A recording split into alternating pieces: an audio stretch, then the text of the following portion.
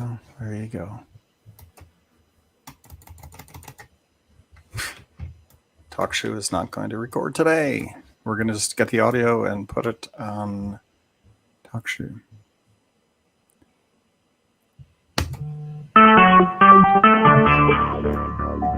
TalkShoe. Recorded live. Good morning, good evening, wherever you may be across the nation or around the world. Once again, you are listening to VMware Community's Roundtable Podcast. This is podcast number 542. My name is Eric Nelson, and with me today, I have my co-host, Matt Lungus. Matt, how are you doing today? Eric, I am well. Another round of snow here is imminent for this evening into tomorrow and through the weekend in central Pennsylvania. I've managed to hold my legal Zoom proceedings without looking like a cat. And maybe most importantly, tomorrow is our announcements for the next round of vExperts. So everything well is here to be expected. How are you, sir? How are things out on the West Coast? And what's the color of the bay? Everything is going here nice, and the West Coast is beautiful. I know that the mid-Central America and Eastern Seaboard is getting clobbered with cold weather and snow. My son's in Chicago. It's -1, so I feel bad for you guys.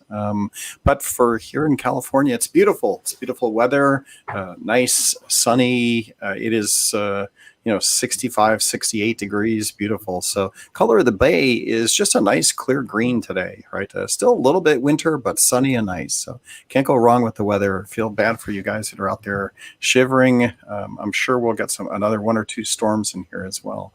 On the show today, we're going to be talking to Marc Huppert. Marc is a VCDX. He's, I think, VCDX 181. So Marc, welcome to the show. We'll get to you in a second, but before we do that, we'll do a little bit of the news. We're going to be talking with Marc about his home lab environment. He's got one of the coolest lab in the world. We love his lab. He's put together a new machine, a monster machine, and he put it in an Apple case, one of the old G5 Apple cases, I think. And believe it or not, I did the very same thing. So I'm super excited to talk to Marc about his machine, because I scrapped one of my G5s and ripped it apart and put a 7-core in x86 in there. And he's done something even better. Plus, he's got a crazy fast network at home. So we're going to talk to him all about what he's got at home, how he's building out his lab, and that should be a fun show today. But before we do that, we got Corey Romero on hold here. I see he's unmuted himself. So Corey Romero, I know vExperts are coming. Are you guys excited? I hear you guys are announcing shortly. Yes. The announcement is tomorrow morning. It's going to be 9 a.m. Mountain Time, which is 8 a.m. Pacific. So we are announcing just under 2,100 vExperts tomorrow morning. I am very, very excited. I also had a meeting with all the sub-program managers this morning. So we're launching 2 new sub-programs, as well as continuing the sub-programs that we have now and growing them. The participation as far as blog posts just out of the sub-programs was just under 500 blog posts out of the sub-programs, which is huge, right? So there is so much value in these programs, in the vExpert program, that Marc, you're in it as well, right? You're yes, of course. Right? The value is huge. So I'm very, very excited. It's been a lot of work, and we're going to kick off the program tomorrow morning. Nice. Well, I'm excited for that and excited for everybody. And hopefully this year, we're starting to come back to normal. I feel a little bit, at least I have some people I know that have had COVID-19 and have gotten through it. So that's good. They'll be able to start their life normally, because once you have it and get through it, I think you can go out in the world and experience the world without worrying about it. And then I have some friends, because I'm a little bit older, and I have some friends in healthcare and have some kids in education that have also gotten the vaccine in the last, I think, week and a half. So it's running through America now, right? Slowly but surely. So I'm thinking maybe in another month and a half, 2 months, there will be more and more people that can get out, and maybe Corey, I'll come up and say hello and visit you in person, because that'd be great. I'd love it. Yeah, missed a couple in-person meetings when you've been in town, because we have COVID psychosis. We don't see anybody or meet anyone. because, you know, we're just afraid of everything nowadays. But Right. hopefully things will come back to normal. So I'm excited about that. But in the meantime, it is 2021. It's weird to say that, but it is true. It is 2021. VMware started its new fiscal year in February. So we are now into 2021 budget, and with 2021 budget and lots of things, we have some money to play and do fun things. So, and we thought we would talk to Marc about what he's been doing in his HomeLab. So Marc Huppert, VCDX 181, thanks for the coming on the show. Why don't we always start with why don't you tell us a little bit about who you are, what is your career journey look like as a geeky guy, and where do you work now and what do you do? Thanks. Yeah, my name is Marc Huppert. I'm a principal architect at Computer Center here in Germany. So on my side, it is 9 p.m. in the evening, and there's a lot of snow on my house, and it's pretty cold outside right now. And yeah, actually this time I'm 1 year at lockdown and working in the home office. As you can see here, this is my man cave where I'm sitting here. I'm doing the VMware stuff nearly since 20 years. I'm a VCDX, I'm a VCI and vExpert since several years, and I love the community and the work between the guys, and I've always loved to attend VMworld. I think I'm the only guy on the planet who attended all VMworlds, and was really, really sad when, there was no real VMworld last year, and especially this year. So hoping for VMworld 2022 for a real convention. Yeah, me too. I know, Matt, you're in the same boat. I think we're all in the same boat of, I literally think in January, I thought I was starting to go crazy, right? You know, because I couldn't motivate myself. You know, I have these projects laying around, you know, that I want to do for my own home environment. And I managed to come upstairs and set up kind of a backdrop with my video games and but it's really hard to inspire yourself when you've been in the same home for an entire year. In the first 4 months or 5 months, I did all my fun projects, the things I kind of want to do, and clean things up and threw stuff away and bought new stuff. But then it's like, okay, it's a whole nother year. I need to do another round of this, I guess, right? So Marc, you do have one of the coolest HomeLab environments we've heard, or at least we've talked to you before about this. So tell me a little bit about what you've got, and then we'll get into building that new machine that you built.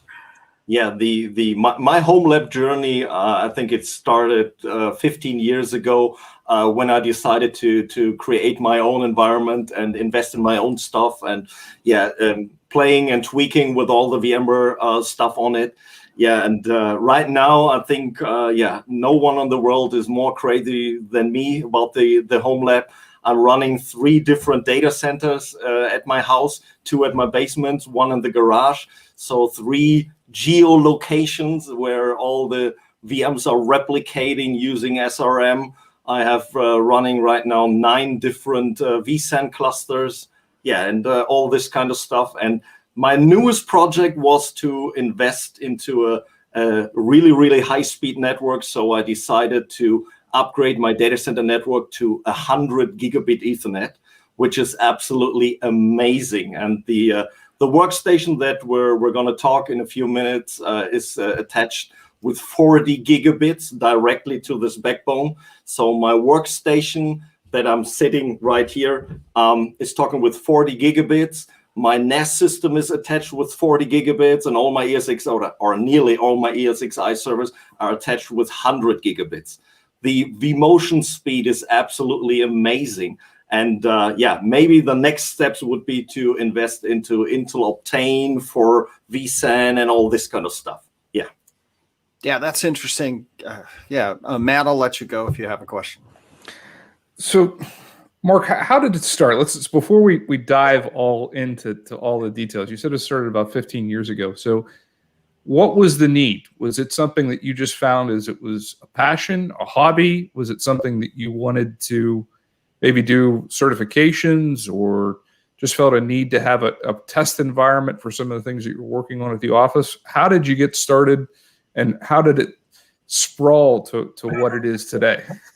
Yeah, it all started with a custom machine with an old IBM serve rate controller attached to it.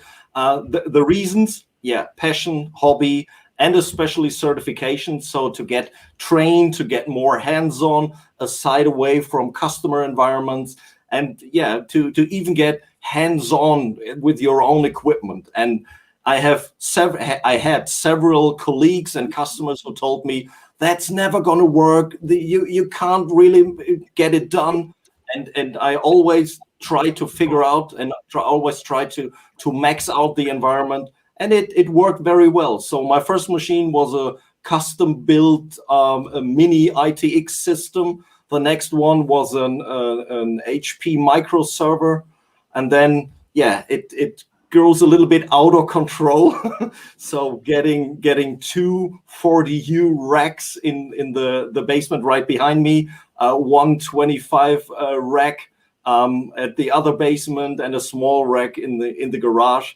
It is evolved over the time, but as you know, when tweaking all this VMware stuff and interconnecting it, so it all starts with vSphere and then vSAN, NSX, Verni, VROPS, VRA, and all this kind of stuff. And I really, really like the VeloCloud solution, now called the NSX SD-WAN. At my home here, I have 3 wired internet connections and 1 LTE connection, all managed by 2 VeloCloud boxes. So sometimes my kids and my wife tell to their friends, we always have internet at our home. Always. Trust me. And it's really nice to show customers and pre-sales engagements, or sometimes when I'm doing official VMware trainings, showing my environment when students or customers have questions how to, for example, interact with Verni to see the VeloCloud solution and post it back into VROPS and then see the login site infos on it. It's nearly, I can show every single solution running in my lab. It is passion, it is hobby, it is work, and my HomeLab was a huge invest in time and money and all this kind of stuff. But without this HomeLab, I wouldn't be here. It was my invest into my career, definitely.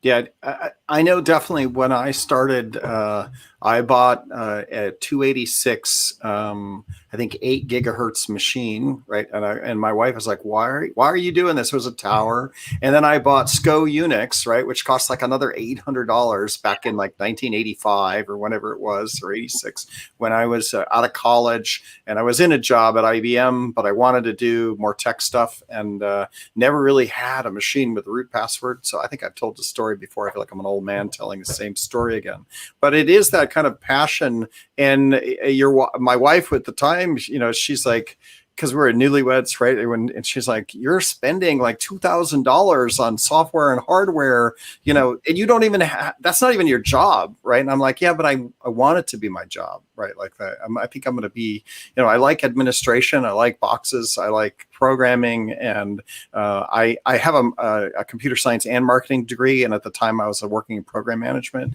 and I was like, I really want to just go be an administrator somewhere. And the only way I'm going to get to be an administrator if I have Unix and I have the ability to learn it. And eventually I did. I got that box, and I worked for a year just using that box while I had my day job, and then put my resume together and went and got a SCO Unix, admin job, right? Just as an IT job. And that's where I started in IT, and I kind of have been around here ever since. So it is this thing. I want to know what your power bill is, right? Then now, do you actually frame this and go, look, this is my hobby. I'm going to spend $500 a month on my hobby, and one part of that expense is $200 or $300 worth of power to operate the stuff day after day. That's one comment I have. Yeah, it is the whole environment, or let's call it my entire house. The power bill is 24,000 kilowatt hours per year. So okay. I'm paying over 800 euros per month for right. gas, water, and power. Okay. The entire HomeLab is not running all the time. Then if I would power everything on, I think it would be 50 or 60,000 kilowatt hours. So I have my main cluster running at each location, one cluster replicating all the stuff. And I'm also replicating into the cloud.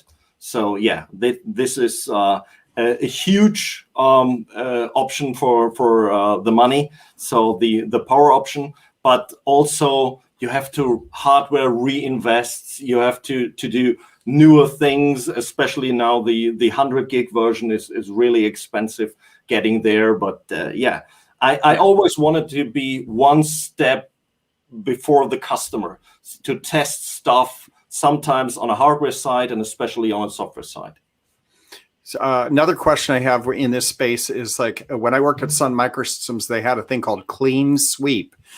Clean Sweep was this concept that at the end of whatever month, you could take all your old gear and put it at the bottom of the stairwell, and they would come and clean it up and, you know, and get rid of it. And so one of the questions for you is, what do you do with all your old gear? Because, you know, you have this refresh cycle every couple of years or so. How do you handle throwing away stuff that you spent money on? Yeah, most of my stuff when I'm doing any kind of recycling, most of the stuff I'm going to give to my colleagues, to people who are new to the technology, like to do more any kind of hands-on, guys who investing and starting home labs. This is where I'm giving my old equipment to them, so they gonna reuse it.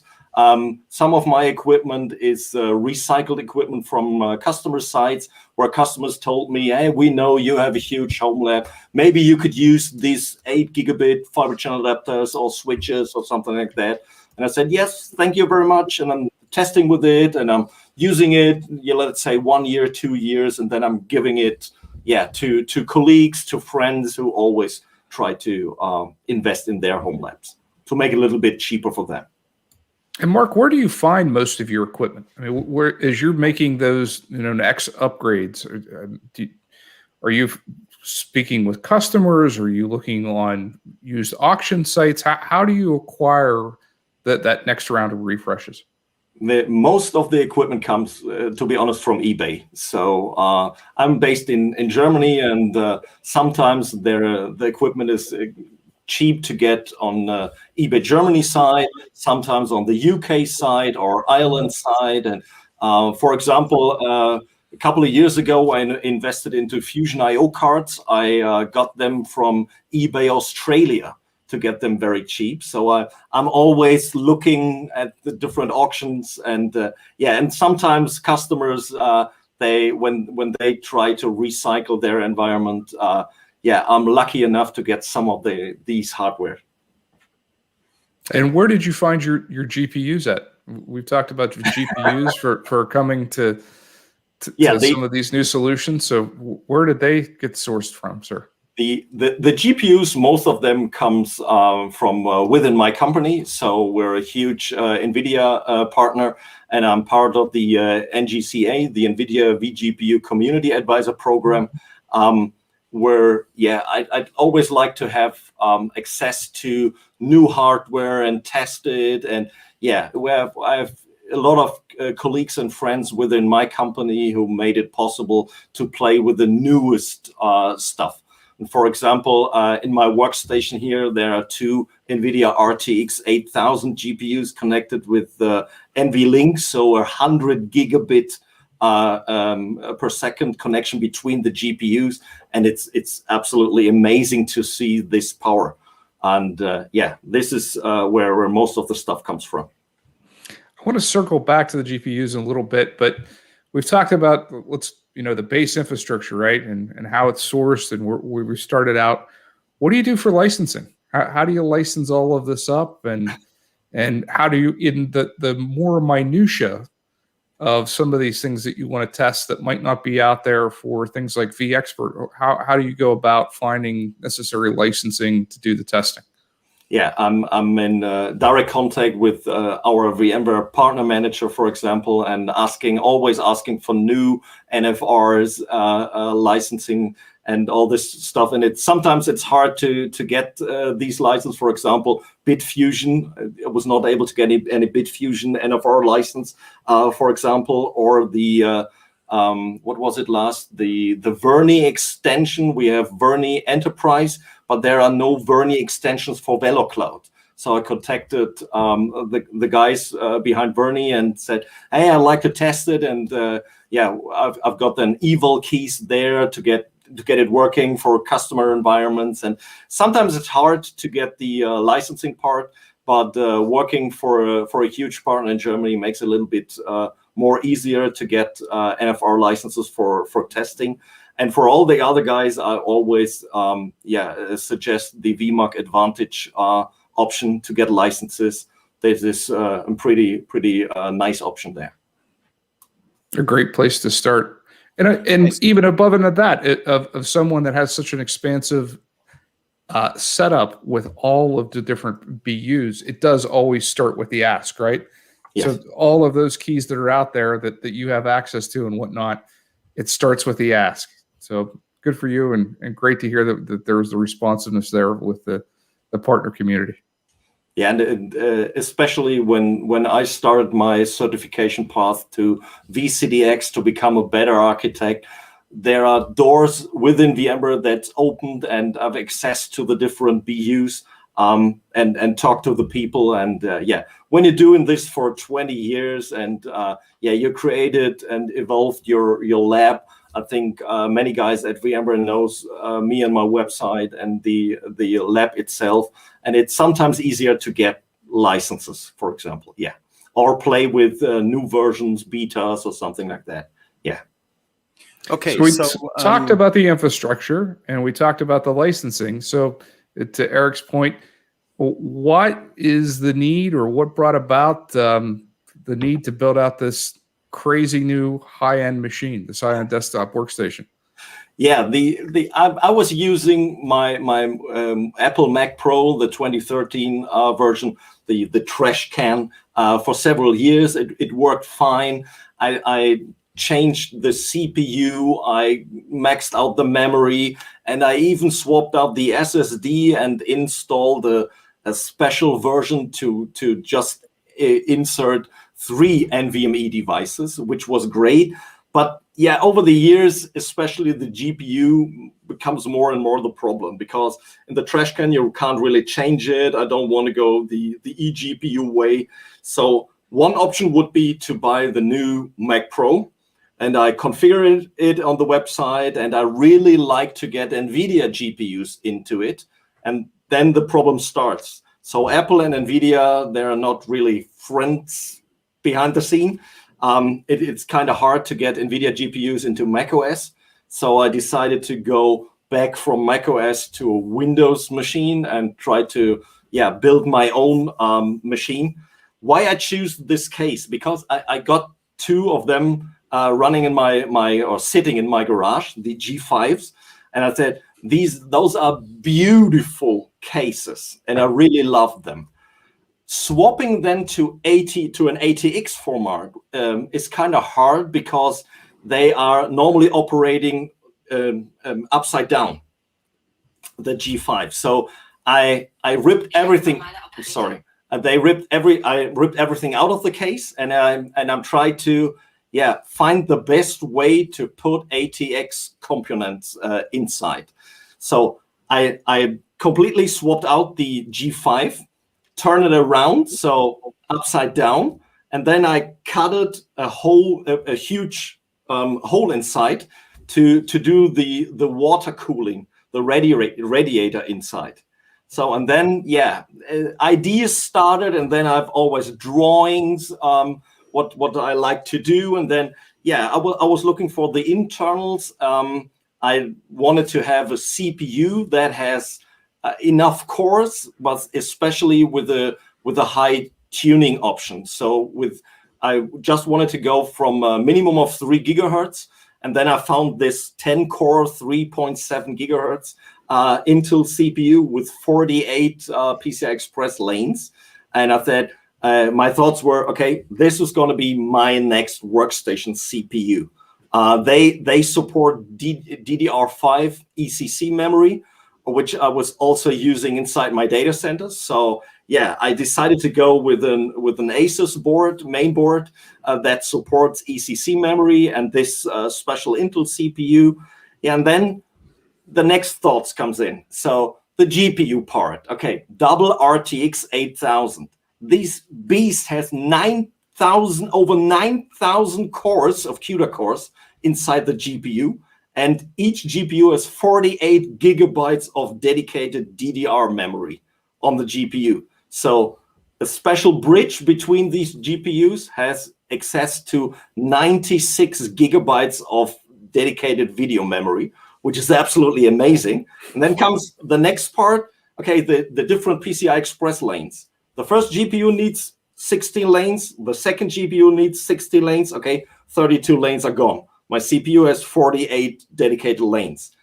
The next thing is storage.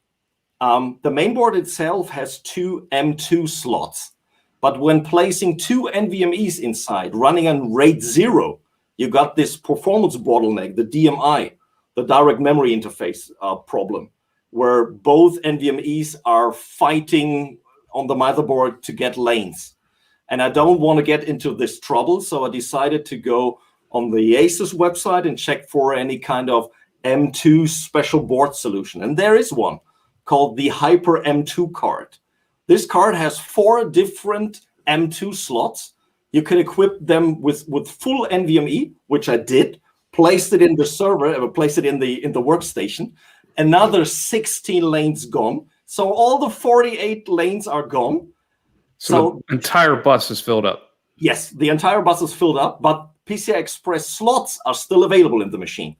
And then comes the network side. The board itself has only 2 1 gig connections. Come on, 2 1 gig on this giant workstation? No way. So I was really looking for 40 gig because at this time when creating the workstation, my backbone network was 40 gig using my Dell network switch. And decided to go to 40 gigs. So cabling, the next problem. When doing 40 gig on a workstation inside an office, you had to do the special cabling. I don't want to have 5 meters deck cables or something like that. I need 20 meters of cable. So I need to go to the optic version. So I found on eBay 2 cheap Cisco JBICs, 40 gig QSFP JBICs, and I tested it with Mellanox card, a Connect X3 card. It worked inside the workstation, so I could install Windows. It worked, but the JBIC itself doesn't get recognized. And then finding all the information, tweaking the driver and all this kind of stuff, I couldn't get it work. And then I found the issue behind it. The card itself doesn't have enough power to support this JBIC. The JBIC itself doesn't get enough power from the Mellanox card. So next option, a better Mellanox card. Mellanox is now NVIDIA networking, so my NVIDIA family. So talking to the NVIDIA guys, is it possible and what card can I use? And they recommend the Connect X4 card. LX is a single port card supporting an X8 slot, PCI Express X8. So decided to go that way. I found a cheap one directly sold from Mellanox Israel on the eBay website. So I purchased it and shipping and custom and all this kind of stuff. I received it. I plugged in the JBIC. Okay, it worked. I've seen one red light on the line. Okay, I plugged it in. I booted up the machine and Windows doesn't recognize the card. What's going on here? What's wrong? The problem was I was running out of PCI Express lanes.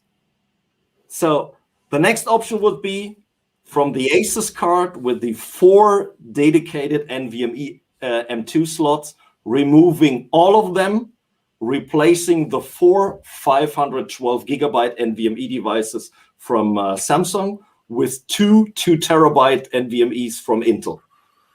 So, and then that could get a little expensive. Yeah, they were not that much expensive. Again, eBay is your friend. So then I decided to go to the mainboard itself supports the Intel VROC chip that you could do this RAID within the CPU. And I decided to go on Amazon and find this VROC chip. It's just a small chip that's going to be placed on the mainboard. And then this one activates the CPU RAID functions. So RAID 0 on these 2 M2 2 terabyte devices. So the first GPU, 16 PCI Express lanes. The second GPU, another 16 lanes. And then these 2 M2 slots, which are 8 lanes. So 8 lanes are left for the Mellanox network card. And now the beast is going to work. But it's only a single port for 40 gig, right? So if you wanted to do LAP or LCAP, if the next step up. Yeah. The next steps within my head is going to be 100 gig, but then I need to swap the main board, the CPU, to replace it with a CPU with 64 PCI Express lanes, for example. And I love the Intel solution and the Intel environment, so I'm going to stick with Intel CPUs. So maybe I'm going to swap out this in the future. 2 days before Christmas, my power supply died. It was a Corsair 1,200 watts power supply, which was maxed out when I'm starting a game. The displays that I'm sitting in front here are 2 Dell 27-inch 5K displays, so dual 5K. And then when I started a game on 5K, I maxed out the PSU. So it totally crashed. So 2 days before Christmas, my high performance machine went offline because it is totally maxed out. It was nearly impossible to get a replacement at 2 days before Christmas. So in the beginning this year, I ordered the biggest PSU for a normal personal computer you can get, 1,600 watt PSU. On the positive side, it is nearly silent. On the negative side, it was really expensive. So just for a PSU, 500 euros, it was really, really expensive. So what are for example, the next steps? I just wanted to make this workstation nearly unhearable, so totally silent. I go to the water-cooled CPU solution. The GPUs are not modified, they are air-cooled. So within the G5 case, with all the little holes inside, it is absolutely no problem to place a fan on the front and one on the back and to get fresh air through this case. So this is absolutely perfect. All the GPUs are running fine. And I'm just checking here, 32 degrees Celsius, the GPUs, and 24 degrees, the CPU. So they're running totally fine. Yeah, my next steps would be maybe to go to 100 gig within the system, but then I need to, as I already told, swap out the entire thing. Maybe the next option is 1 or 2 8K displays. I know there's only one manufacturer worldwide who's going to perform 8K PC monitors. That is Dell. 32 8K. My GPUs are powerful enough for 2 of them, but they are absolutely amazingly expensive. So this is maybe one of the next steps. And this is here my normal workstation. I have a studio microphone running here, and I have a Logitech 4K webcam sitting on top of it. I have a list of hardware that I'm using. Yes, of course, I've written a dedicated blog post about all this kind of stuff that is placed into this high-performance workstation. And what I'm going to do with this workstation, there are not running any kind of VM on it because I have 3 dedicated data centers where all the VMs are running. So sometimes I'm starting a game. Most of the time, I'm doing remote sessions where I'm not going to need this much of GPU power, this amount of GPU power. But sometimes, especially when doing video encoding or photo editing, it is absolutely amazing what this machine can do. Yeah, so we should just take a second and just mention the URL, and I'll put that in chat for people. But Marc's website is vCDX181.com, and he has a home lab section where you basically take us on a journey with Roman numerals, and you're at such a high Roman numeral number. I don't even know what XLV actually is, but you actually Roman numeral all your journey through building your lab, and there are like, I don't know, 20 or 30 of these things out there, or maybe 50. more, 50, because I don't know the Roman numerals that high. But we're looking at the HomeLab Stage XLV new Monster Workstation. Just go to his website and go to the lab section, and you can actually get all that stuff. vCDX181.com. And by the way, as long as we're talking about this stuff, you have also really good articles on all kinds of VMware topics and data center topics. So it's just not your home lab that you're blogging about. That your blog has a lot of great other topics as well. So everybody that wants to spend a little time geeking out, go to vCDX181.com and check it out. Great articles and nice diagrams. You kind of lay it out. You have pictures of your G5 case. If you guys don't know what we're talking about there, I'll back up a little bit and say that when I did my G5 case, I had the exact same problems getting my power supply to fit in the bottom of it, because Apple, you have to rip out all that, the old power supplies and everything. I actually got my first Dremel because of that project. I never really had a Dremel, but like I had to actually cut out sections of the case to get my power supply to mount in the bottom and come out the back where I could put a plug in. But managed to do that pretty cleanly. That was the only hacky thing I had to do, was Dremel out a spot for the power to go in. I managed to get my motherboard slotted up against the case and mounted. Tried epoxy mounts in at first. Tried to make that work. Didn't make that work too well. They snap off because it's such a shiny thing. Did you paint yours? I noticed yours is black. So you actually painted. I created a kind of Frankenstein case. It is a mix of two normal PC ATX cases and the Apple G5 case. Flipped it over, cut it out for the water cooling radiator. Glue new bolts inside to fit the ATX mainboard tray, for example, and then it took already 2 days to paint it black. I painted 4 times to make it. To make it them totally black. And it's so shiny, the G5 aluminum case. I wondered how paint would actually stick to it, right? Like if you actually did that, whether everything's going to peel back off. I also had I water cooled mine, but my water cool fan was so loud, right, that I was like, I don't know if I even want this. But I did go online, buy cheap I bought expensive low noise fans and put them in, and got it to the thing where it just sits and you don't even know it's on, right? Same here. So yeah, I can't hear it. It is sitting under the desk here, so I can't hear it.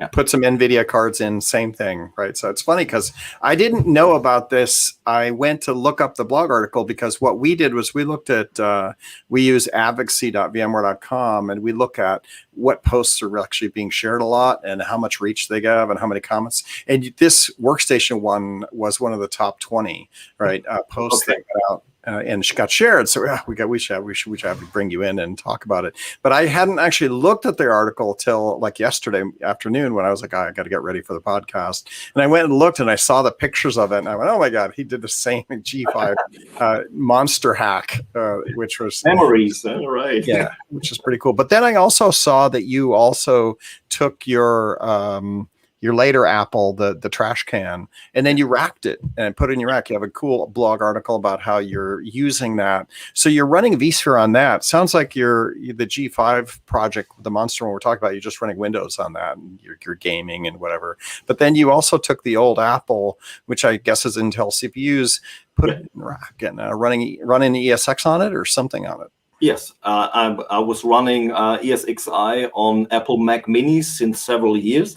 In the past, they're working just on a normal wooden board. Then I decided to go to this solution from Sonnet, the rack mount kit for Mac Minis. They have 2 Mac Minis into one new rack unit, which are pretty nice. They're working pretty well, absolutely amazing. And then several years later, they decided to create a rack mount kit for the trash can. To get it from there, it is extensively expensive, really, really crazy. And then again, on eBay Germany, I found it very, very cheap. I didn't pay 200 euros for the rack mount kit, which is absolutely great. And then I decided to rack it up and attached it to the old 10 gigabit Thunderbolt 2 devices, which I was using on Mac OS. And a little bit on digging inside, and I found out it is an Intel chipset running in these external boxes connected via Thunderbolt 2. And I decided, why not test it out with ESXi? So I installed ESXi on the Mac Pro, which is officially supported. It's on the HCL. So it is running on Intel version 2 CPUs. So it is running totally fine. And then I attached this Thunderbolt port, rebooted ESXi, and ESXi detected two 10 gig ports, which is pretty nice. And the same happened to this really old Thunderbolt fiber channel external device, which I got. Right. So I used it in the past to do time machine backups via Thunderbolt into my data center. You know, the funny, all right, so this is really quirky because I have a rack in San Jose, me and a buddy rent, right, just to have some place where they pay for the power. And he does stuff and I just get space because I help him admin the racks and stuff and go down there with him, keep him company. So I get space and I have two Mac Minis in there doing the same thing, right? Because I didn't buy a special case. I just stick them in on a rack mount platter and just, you know, that. But then I also, for backups, all I did was I put an SD drive in, right, and just use the backup for Mac OS to just go dump data from them. And I have my SQL databases on them, so they end up being nice little servers. But when I saw that you did the trash can, I was like, oh, that's pretty slick, right? And the performance compared to actual machines is still very fine. So. I'm running all my Mac OS VMs on it, especially Big Sur testing on a beta phase and all this kind of stuff. So and I already created a vSAN cluster within the Mac Pro. The problem is normally default trash can has only one SSD option internally, and you can find a special carrier called MFilTech. It is from a technical perspective, it is a PCIe switch. So it has one connection for the default OEM SSD and two additional NVMEs. And you can create your own vSAN. It is just a single node vSAN, but it is vSAN running on Mac Pro, supporting all my Mac OS VMs, including 10 gig connection. So yes. So I notice you have I Am Captain vSAN. If you're not watching the video feeds, you can go look and see what Marc Huppert looks like on YouTube/vBarbecue. We live stream these guys. I Am Captain vSAN. That's a poster. You must got a VMworld somewhere, or are you actually Captain vSAN? No. It is from it was from a VMware marketing event in Germany. They created this flag. And after the marketing event, they asked me if I'd like to have this flag. I said, yes, please. And nearly at every customer video call or VMware call or something like that, they really say, okay, oh, you are Captain vSAN. And I said, no, I'm not, but I really like this solution. I know marketing, made it up at some point, and I know that I defended it because there were people that wanted to shut the brand down and were trying to go because I run social. They were like, these guys are on social advertising this non-VMware brand, and you have to shut them down. I'm like, I'm not shutting them down. I'm not going to do that. You can hire somebody else to shut people down. I think that's super cool, and go away, right? And eventually, I think they escalated to other people, and eventually they went away. But I think so. But I always wondered who was actually Captain vSAN. That's her. So okay, so you're working on this good projects. I noticed that then on your blog there's actually the network one. So you did the monster machine, 10 core motherboard with a huge network. Then I think you moved into your network fabric. You upgraded your network fabric, and then you upgraded your storage fabric. What else are you thinking about now? Like, I mean, are you going to take a break? Do you have the next project that you're thinking about?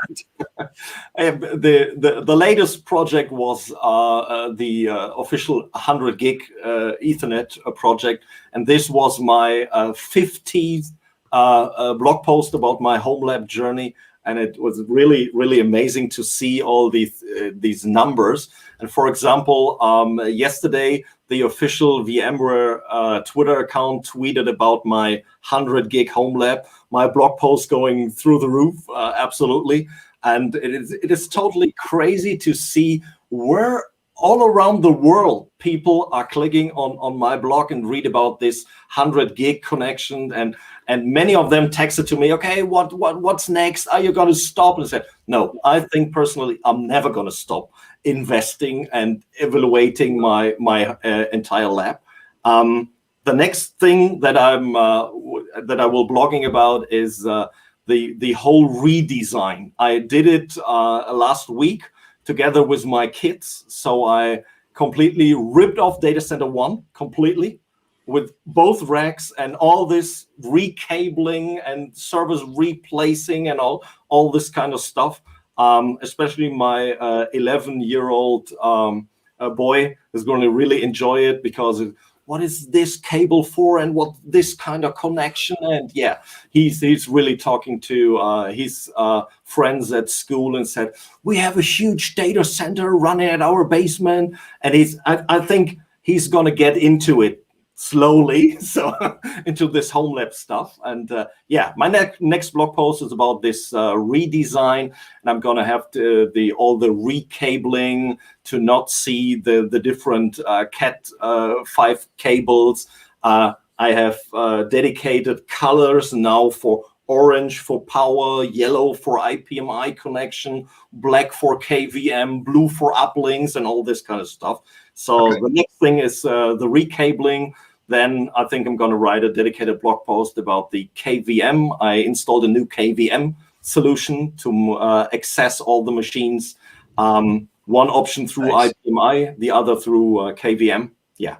I got to stop you for a second because it's just so quirky that you did the G5. You're also running Mac Minis. One of the things I did, because I made a home lab for myself, is that I actually routed ducting so that I could capture the heat in the wintertime and then route it down into my garage, which I also turned into an office, but doesn't really have heat. So I can actually, in the winter, flip a vent control. And it also has a heat temperature sensor in it so that when the heat hits a certain, it can then flow that. Do you get into heat management?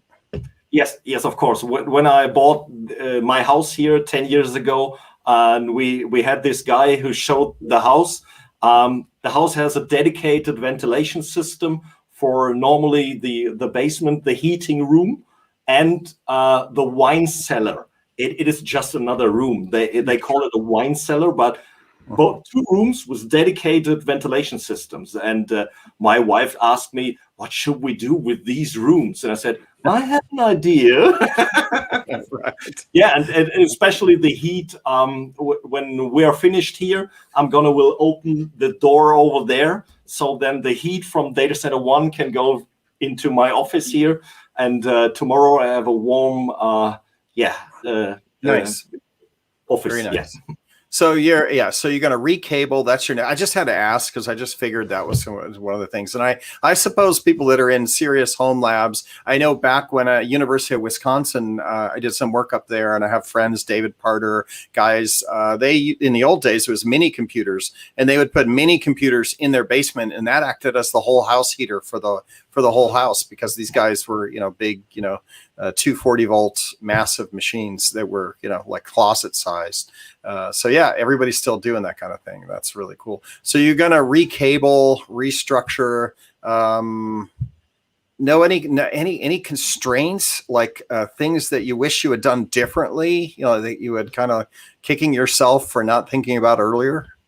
Yes, putting more cables into the garage. So Datacenter 3. This year I'm gonna rip off my entire garage and build a bigger one with more space. And then in the past I had only 2 copper connections running through the house to the garage. Yeah, this is one of my biggest faults.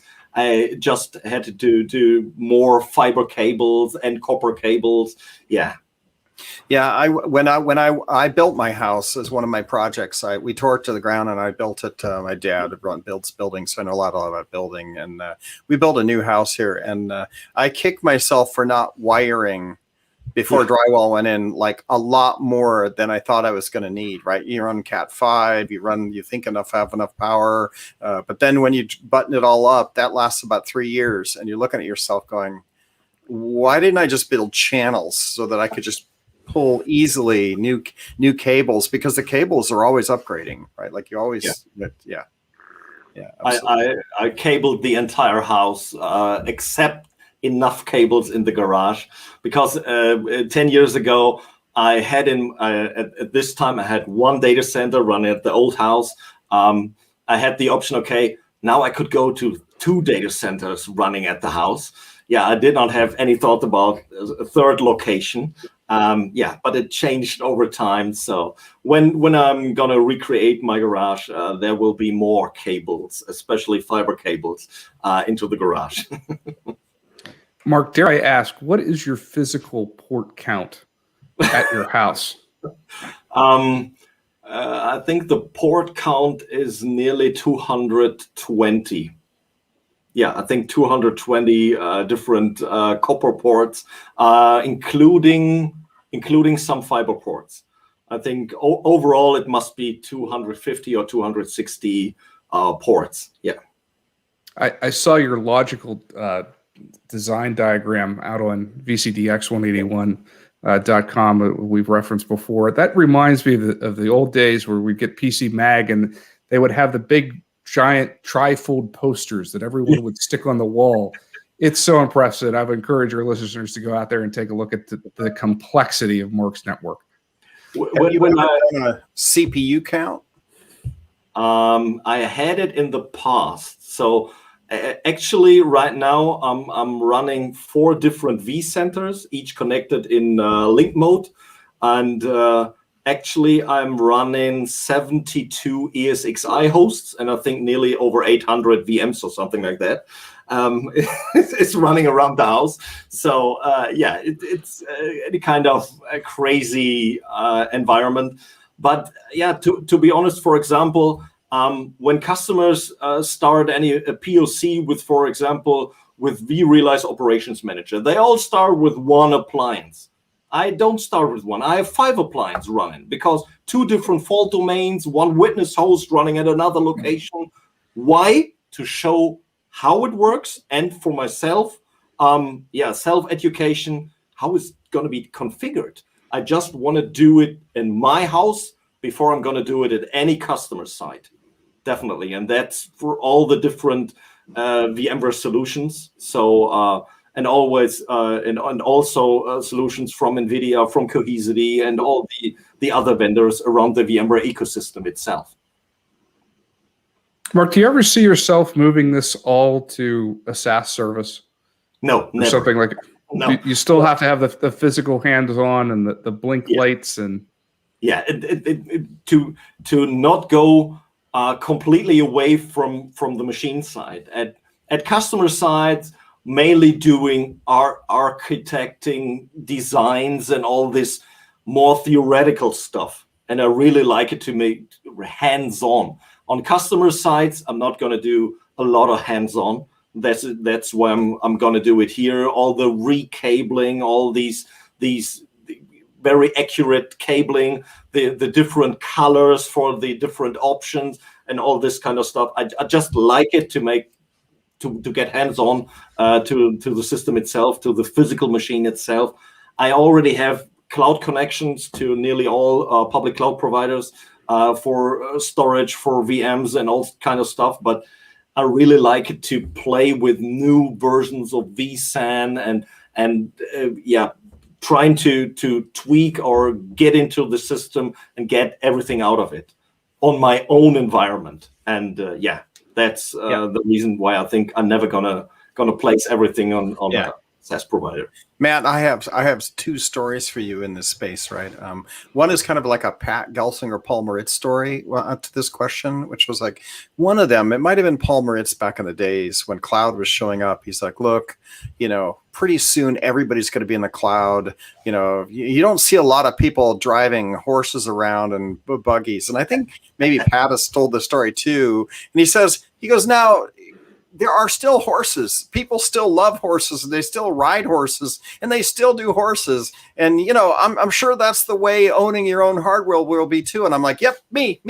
That's me. I'm gonna be the guy that's still riding horses around because I like horses and I like but so that's one story, which is it's a lot of fun, right? And there's learning, and it'll apply to the cloud. And but then my second story is I think it was.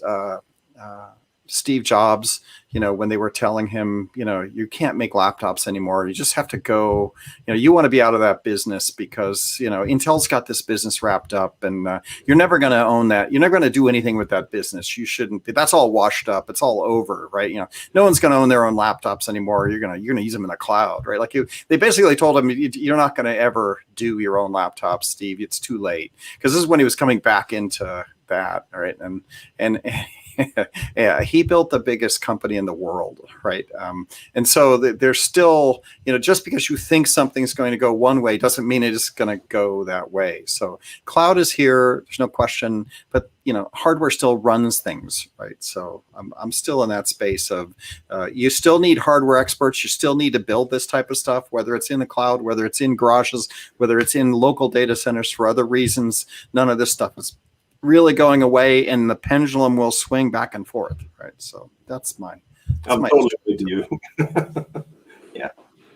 Spoken like cloud in some ways is an operating mentality, right? Not necessarily a geographic location.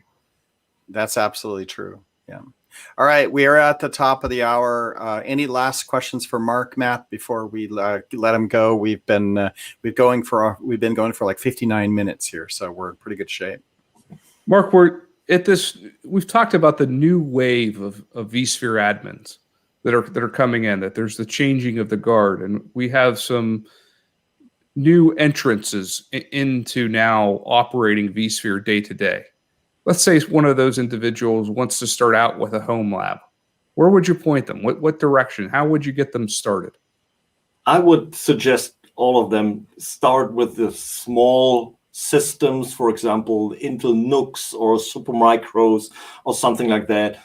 Really, really nice small machines. They're not consuming so much power, but definitely I recommend all of them. Get your own gear. Play with your own gear. And when someone is telling you that's never going to work, you can't make it work, don't hear on them. Just do it. Just make it. You can't even get deeper into a system when you try to figure out how to get to get the shit working inside your environment, and to really dig deep into the system itself. I've learned so much about internals of vSphere, of vSAN, of NSX, especially VeloCloud. I had a lot of trainings, a lot of pre-sales engagements about the SD-WAN. To be honest, I never really understood until the point I got the systems running at my own environment without any help. I don't want to get any help. I just want to figure out how it's going to work and start from scratch. And I really suggest everyone start with a NUC, start with the Supermicro system, check out William Lamb's blog about the HomeLab environments from other guys. Yeah, start small, and maybe in several years you have such a crazy HomeLab like mine. My question to follow up with that is, what networking gear do you recommend? Because everybody talks about nukes and getting your vSphere environment up, but then that next step for everybody, and even for me, is how do I build an NSX environment? What entry level switch should I get that's kind of like a NUC? Yeah, it is. It is. To be honest, that's the hardest part. I'm really fine with the Ubiquity stuff. They have a nice UI for vSphere reasons to create VLANs, jumbo frames, and all this kind of stuff. The UI is great, but for especially NSX, working with OSPF, BGP, and all this kind of stuff, it's kind of hard because their GUI does not really support it. So you have to do it on CLI. It works, but it's kind of hard to get there. Another option is to look at different auctions to get used Cisco or Dell or HPE equipment to get starting there. But most of the time, the enterprise equipment is very loud, so very noisy when you start them. So we have a lot of people who are going to swap out the default OEM fans and replace it, with Noctua versions or something like that, to make the noise level a little bit more comfortable. That I would recommend that to everybody. You can go buy quiet fans for almost every single fan model out there, and don't be afraid to take the screws apart, take your case out, and get quieter fans. And all of a sudden, and sometimes because we're not running them in full production environments at home, you can take out half the fans and still be in pretty good shape, right? Because the fanning in these guys are built for like max capacity if you're running somewhere where you're running a lot of load on it. So I've done that. Sometimes power consumption is a real pain in the ass. For example, my 40 gig network switch is going to use 230 watts per hour. Just when operating. My new one, the Mellanox one, the 100 gig version, is gonna use 86 watts per hour, and it's pretty cool. And even the fans are running at 10,000 RPMs. It is okay from a noise level perspective. Yeah. So, one of my projects for me in the next year is to maybe do a blog. We'll see. Maybe I'll just cover it, talk about it. Is designing kind of the minimum data center, even lighter than Nooks. Maybe it's Raspberry Pi, maybe it's not, where you can run this on a single 100-watt solar power, right? With one battery, right? You can build your own do it yourself lithium 1,000 watt hour battery for like $350 now, right? And hook it to your solar panel with a controller, and then run a really small low watt 80 watt environment that has CPU, network, and storage all running. So you could have like a low power cost lab environment that'll run on a lithium battery. That's one of my thoughts. Fun to do. Why not? It is absolutely possible. I'm running in my garage right now 2 Raspberry Pis running ESXi, including vMotion, fault tolerance, and all this kind of stuff. So it really works very well. Yeah. Why not? All right, with that, Marc Huppert, how do you say last name? Huppert, is the P's silent, Huppert? Yes, Huppert. Yeah, Huppert. Go check out his blog, vCDX181.com, and let us know what you think. In the meantime, thanks a lot for coming on the show. It's been a really fun show. The hours goes by like that. Matt, also, thanks for joining. Great to see you. We will transition to a 1-minute vBarbecue report. If you follow American football, then of course you probably barbecued a little bit this weekend because the Super Bowl happened, and we got to watch who is that guy again win yet again. Who knows if you follow him or not. I'm a big Brady fan myself because I don't know. I'm getting old, and so I feel like he's proving that I can still be in the game. The gray hair doesn't matter as much. You're as old as you feel, right? If you feel young, you can keep doing these projects and completely geeking out. So that was fun. I did do some barbecue this weekend. Thank you for listening to the end of the podcast. Really appreciate it. And for your barbecue report, we made chicken wings. You can buy the orange sauce right in the bottle. But the trick is when you do your chicken wings, when you bake your chicken wings, do a light dusting of baking powder. Baking powder on the chicken when you bake them will make them crispy when you put the sauce on them. So if you ever have had chicken wings and you wonder how the restaurants make them super crispy and crunchy, you dust them in baking powder, and the baking powder interacts with the sauce and crisps them up and makes them really crispy. So we had some really excellent chicken wings this weekend with baking powder, and that's a secret that we learned, and that's what I got. And I know Tony Foster's been listening patiently. I don't think he has barbecue, but Tony, I hope you at least ate some barbecue over the weekend. I did. I had chicken wings as well. So yeah. Classic. There you go. I did do a slow barbecue. There is another trick out there that we did for the weekend, which is you take chicken drumsticks, and we made a ring of charcoal around the entire Kingsford charcoal grill, and we put those in, and you light one end. It's a 2 charcoal ring that goes on the outside, and it's like a snake that goes all the way around. I've talked about this before. And you put the chicken wings in there, and you basically barbecue them for 8 hours, where you're kind of doing a slow smoke barbecue. You dip them in lemon sauce before you put them in, and then you take like 8 hours. They turn out really dry. It's almost like doing a chicken jerky, right? By the time you're done, the stuff is like really dry and smoky, but it's almost like a chicken jerky on the drumstick. So we did that, and that turns out really well. I'm going to try to make that happen. So that's your barbecue report. Eric, in Germany right now, it is 10 p.m. You make me hungry now. Thank you. That's the idea. We started doing this because it is lunchtime. We do this at lunchtime here. So at the end of the barbecue, we're at the end of the show. We're always hungry. And VMware in Palo Alto campus during the summer does barbecue. So we're always like, oh, and after the show, we can go over to the cafeteria and then buy barbecue. So that's where we started. Sorry about that, Mark. Go to bed hungry. It'll make you live longer. Thanks for having me. Thanks for being here. Thanks a lot, Matt. Thanks, guys. Thanks, Tony. Thank you. Graham, thanks a lot. Mark. Julia, thanks a lot. We're back again next week. I think we're going to try to there's a new release of vCloud. I don't know what the release is, 8.2 or something. I forget. We're going to try to have some of the guys come on and talk about the VCF version something that's out. Going to talk about some of the new features that are out. 4.2. Yep. 4.2. That's right. I want to say 8.4 or 4.2. Yeah, that's right. We're going to try to have some of the guys come in to talk about 4.2, vCloud. And then we got, I think, 4 or 5 other shows scheduled. So we should be pretty busy coming into the new year. Until then, have a great weekend, everybody. Stay safe, stay healthy. We'll be back again next week. Talk to you later.